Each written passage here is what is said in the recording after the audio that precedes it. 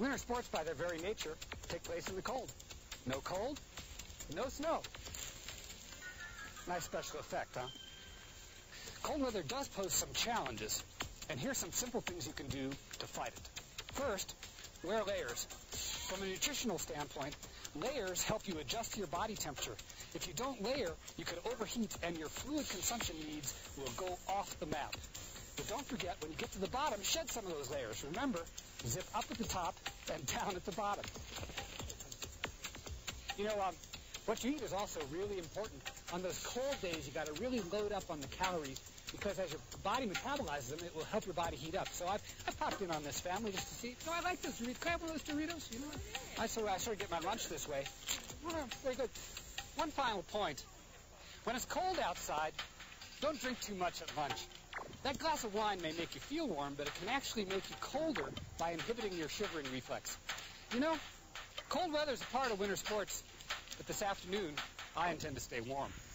We want that couch potato to get off the couch and start walking. So we're going to illustrate it with the treadmill. Now, you don't need to have a treadmill, though. You have a sidewalk probably out in front of your house or a road, and you can walk anywhere. That's exactly right. We're going to ask the couch potato just to make the commitment to get off that couch and start walking. Now, we've programmed the treadmill to go at 3 miles an hour, which is a kind of an average walking speed. For some people, it's going to be even less than this. And what we're going to ask the couch potato today, as a commitment today, is we're going to ask that couch potato to get out and over the course of the day find 10 minutes to walk. And you can see this is a pretty comfortable pace. Dabbler is doing some, but they're not doing enough. And so we're going to illustrate how easy it is for that dabbler to get started. Now, that may seem paradoxical that we're going to sit down when we talk about the exercise enthusiast, but we have a point to make here, and the point comes out of Olympic athletes.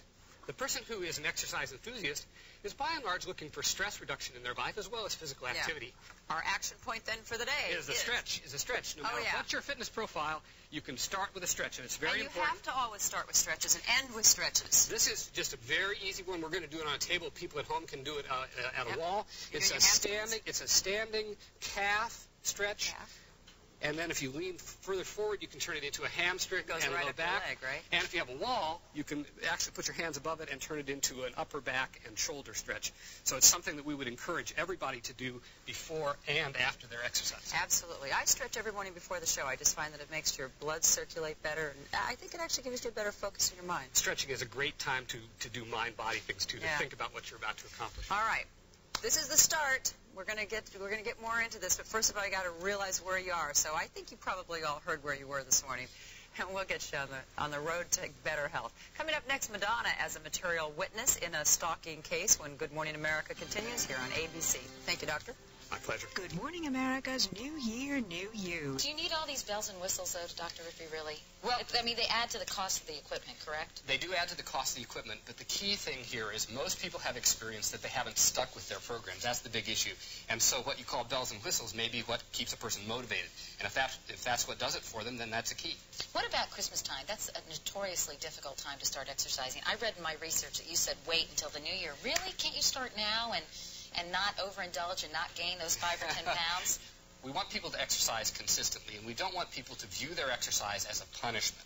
So if you're enjoying the holiday season and you're not a regular exerciser, my recommendation would be don't try to pick it up before the holidays, but get geared up so that right after the first of the year you can start your exercise program. Find something you enjoy, find something that's convenient, like a life cycle or a treadmill, and carry it out every day. Look forward to it. Don't make it a punishment. You can start a program and you can benefit from the program. Ryan has joined Massachusetts cardiologist James Rippe in developing a simple program called Activity Made Easy.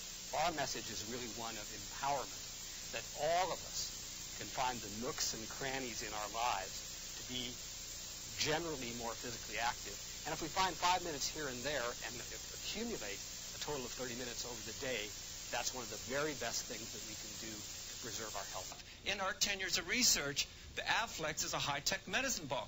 But Dr. Rippe had an indication, that was a great opinion. Martin, you keep on talking about your research. There is not a shred of published research. It is all stuff that you have done at your own company. I know this literature. You do not have any research. Let's make that very, very clear. Dr. Rippe, okay, well, first thing, your opinion. True.